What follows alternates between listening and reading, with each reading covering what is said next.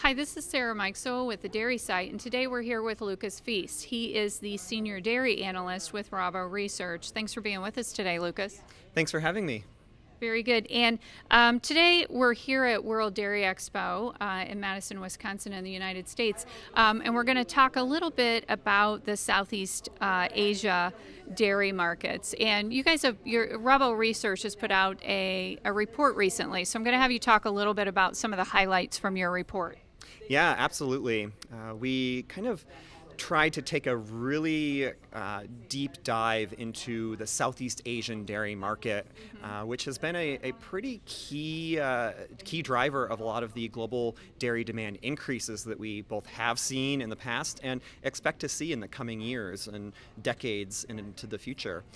When we think Southeast Asia, I think places like Singapore, Malaysia, Vietnam, the Philippines, all countries that have very low per capita dairy consumption, but are increasingly interested in more maybe Western-style diets that include much more dairy.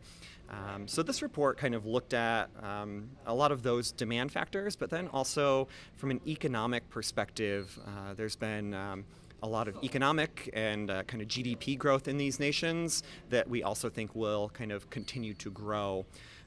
From a trade perspective, key dairy exporting regions are typically places like the US, European Union, and New Zealand or Australia. New Zealand, I think, is positioned really well to capitalize a lot in fulfilling some of the demand from this part of the world. But it doesn't mean that we should discount other places in the world. When I think about the U.S. and how we're positioned, in 2022 we had a record dairy export year from this country, and that's whether you measure it on a volume or a value basis. So just all across the board, a very good year for us.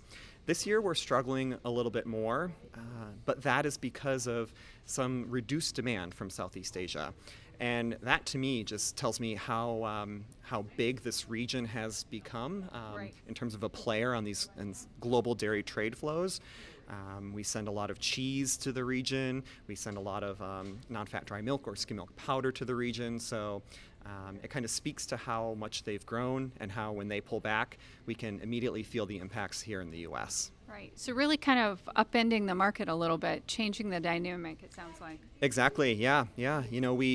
We've always thought of China as kind of the big country, the big buyer of dairy, and there's no doubt that they are still, the largest importer by many measures of dairy products. But when we kind of collectively look at the region around China, and kind of if we view them as one, player in global dairy demand, they are becoming huge as well. So, as dairy demand continues to grow, and we expect that it will for many years into the future, this region is just going to be a kind of bigger and bigger player on these global dairy markets.